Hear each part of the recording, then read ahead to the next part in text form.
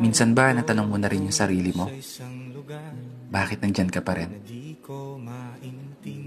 Bakit nandito pa rin ako sa sitwasyon na pakiramdam ko wala pa rin akong nararating? Umuusad yung edad taon-taon. Pero bakit may kulang pa rin? Kulang na hindi ko magawang mahanap kahit paanong gawin. Kasi ang hirap kapag pinanganak kang mahirap. Oo, totoo yan.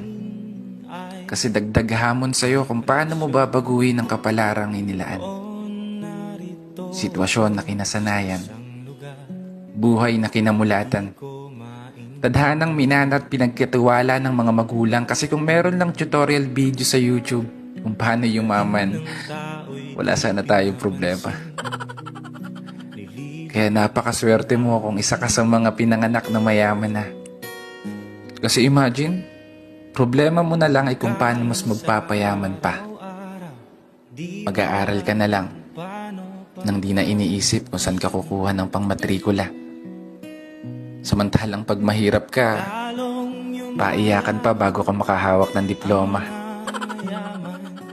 Pahirapan pa makahanap ng trabaho. Higaya ng mayaman, imamanahin kang negosyo.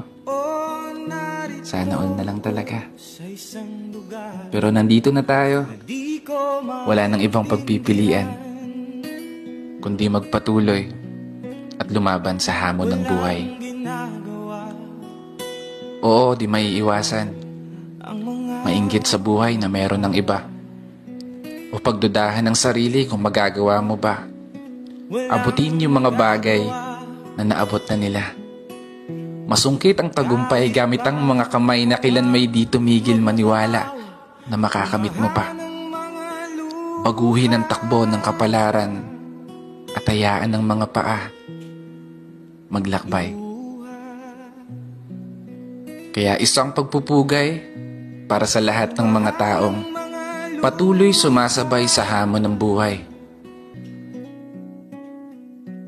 Narito ako sa isang lugar ng mga taong tumatakas. Naghahanap ng swerte sa iba dahil dito'y wala ng bukas. Kakarambol nasa sahurin, sobrang mahal na